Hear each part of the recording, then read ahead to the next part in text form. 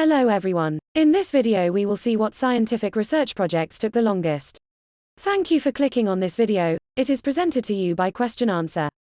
Thanks to Bill Chen, Kevin McCarthy, Huyen Nguyen and Shane Greenstein for sharing their views on this question. Let's go for Bill Chen's first answer.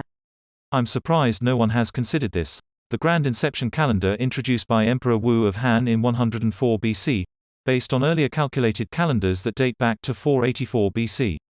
Every subsequent, and consecutive, Chinese calendar follow the structure of the grand inception calendar and was prepared by the Imperial Observatory, an unbroken scientific tradition that continues to this day, more than 2,100 years later.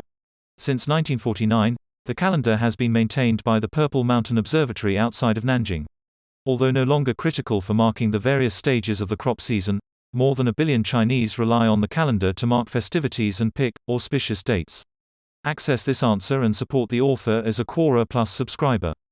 Access all answers reserved by Bill Chen. For Quora Plus subscribers, access exclusive answers from thousands more participating creators in Quora Plus. Browse ad-free and support creators. Start free trial. Learn more. The next answer is from Kevin McCarthy. The Oxford Electric Bell, Clarendon Dry Pile, has been running continuously since 1840. Almost 180 years exploring electrostatic principles. And approximately 10 billion feet rings, or tintinnabulations.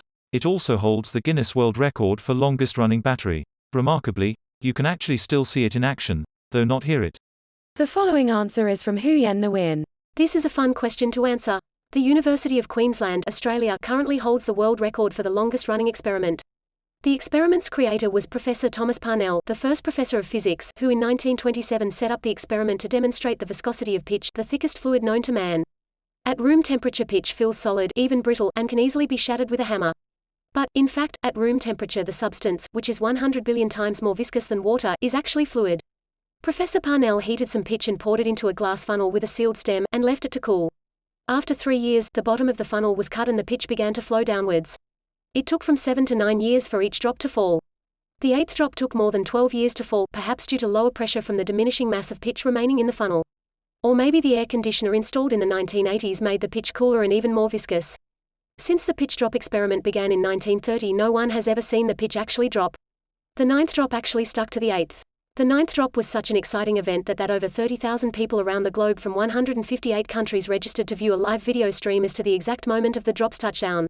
Now instead of the phrase, "I'd rather watch grass grow" or "I'd rather watch paint dry," you can also say, "I'd rather watch pitch fall." You'd be mistaken to think nothing exciting happens in Australia. The drop finally occurred on April 12, 2014. Based on the first 6 drops, the viscosity of the pitch was estimated to be about 250 billion times that of water. But the 10th drop is for some reason less viscous, only 30 billion times that of water. It turns out the fluorescent down light in the display cabinet heated up the pitch a little and made it flow faster. In 2005, Professor Thomas Parnell was posthumously awarded the Ig Nobel Prize in Physics. What do you think? We will continue with Shane Greenstein's answer. How about a study that began in 1876? The experiment has been yielding results for more than 140 years and still continues today. Look no further than the Morrow plots at the University of Illinois. These plots of land were home to an experiment in rotating crops on agricultural land. The first such experiments took place in 1876 on 10 acres of land. Today a subset of this land continues to plant crops in rotation. These plots were in the remote part of campus when they began. Today they are in the central location of the southern part of campus, just next to the undergraduate library.